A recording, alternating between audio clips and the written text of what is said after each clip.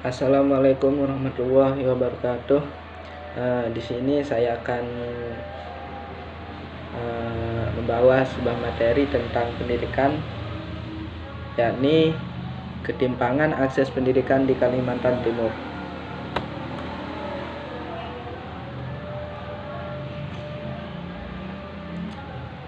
Pembangunan harus bertujuan untuk meningkatkan kesejahteraan masyarakat. Pendidikan selain berperan penting sebagai moral untuk membangun sumber daya manusia, yang berkaitan juga berperan meningkatkan taraf hidup masyarakat.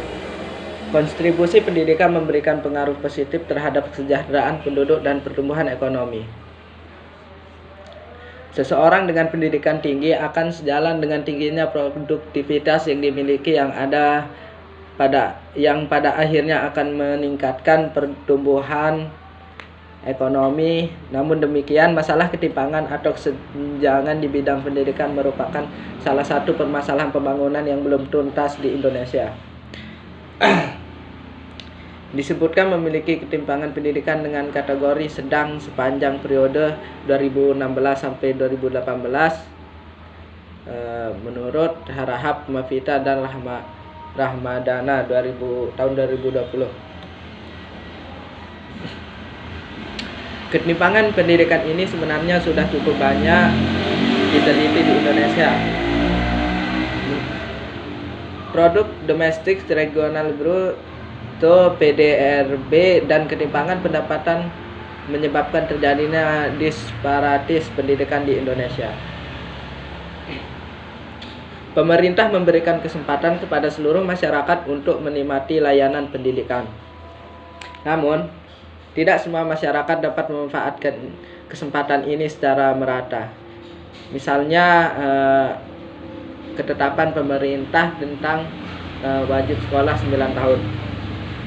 Banyak masyarakat yang enggan untuk mengikuti peraturan tersebut.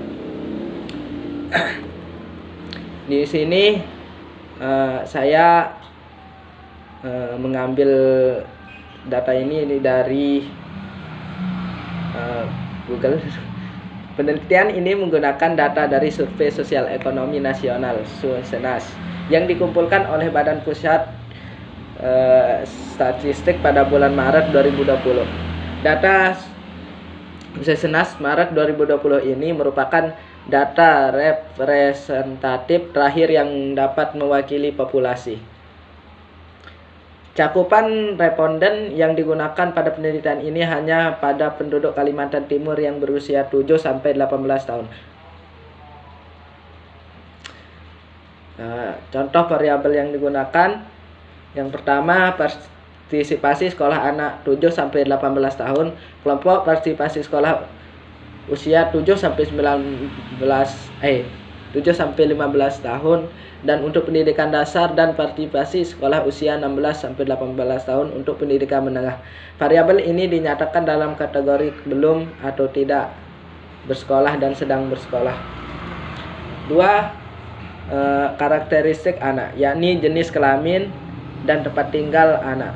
Kedua variabel ini dinyatakan dalam kategori 3. Karakteristik keluarga, yakni jumlah anggota rumah tangga, jenis kelamin kepala rumah tangga, status bekerja kepala rumah tangga, pengeluaran per kapita dalam rumah tangga tersebut, dan pendidikan tertinggi kepala rumah tangga.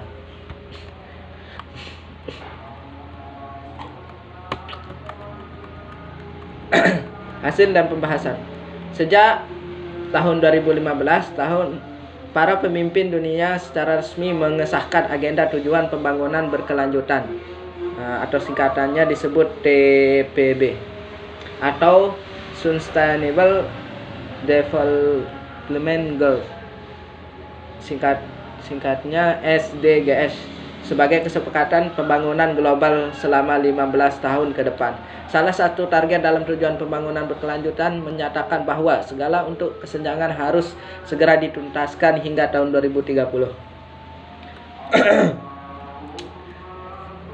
Pembangunan harus bersifat universal, integratif, dan inklusif, atau pembangunan yang tidak meninggalkan satu orang pun.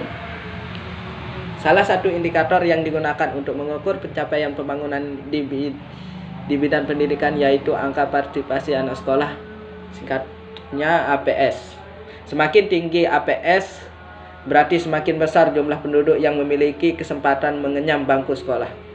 APS adalah proporsi penduduk pada kelompok umur jenjang pendidikan tertentu yang masih bersekolah dibandingkan jumlah penduduk pada kelompok umur tersebut. Selama periode 2019 sampai 2020, kurang dari 1% penduduk berusia 7-15 tahun di Kalimantan Timur belum bersekolah atau sudah tidak bersekolah lagi. Sementara itu pada kelompok usia 16-18 tahun masih terdapat 18,12% penduduk yang belum pernah merasakan bangku sekolah atau sudah tidak bersekolah lagi.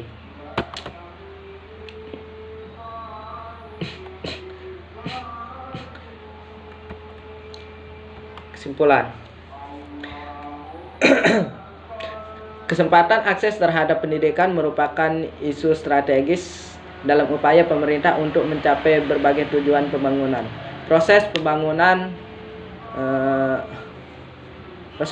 yang adil harus memastikan bahwa kesempatan bagi seluruh anak untuk mengakses layanan pendidikan tidak boleh disebabkan adanya kondisi di luar kendali anak, seperti jenis kelamin, wilayah tempat tinggal, atau latar belakang.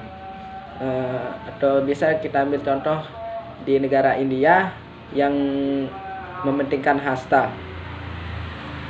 Sebagian besar masyarakat Kalimantan Timur tidak lagi menjadikan perbedaan gender sebagai alasan dalam mengakses pendidikan, terutama pada akses pendidikan dasar.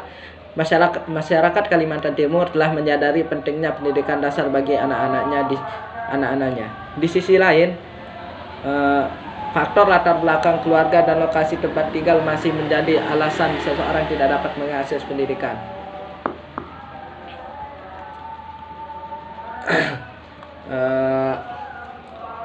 Saran saya, beberapa saran kebijakan yang dapat dilakukan untuk mengurangi ketimpangan kesempatan terhadap akses pendidikan, terutama pendidikan menengah. Kebijakan tersebut seperti memperbanyak jumlah sekolah di menengah wilayah, misalnya di wilayah pedalaman, membangun akses untuk pergi ke suatu sekolah gitu, terus membangun bangunan sekolah baru, juga mempermudah akses menuju sekolah melalui perbaikan jalan dan peningkatan infrastruktur lainnya. Penyediaan sarana transportasi yang mudah, murah, dan nyaman, dan juga layak untuk digunakan oleh anak-anak yang akan bersekolah tersebut. Mungkin itu saja yang dapat saya sampaikan. Kurang lebihnya mohon maaf. Assalamualaikum warahmatullahi wabarakatuh.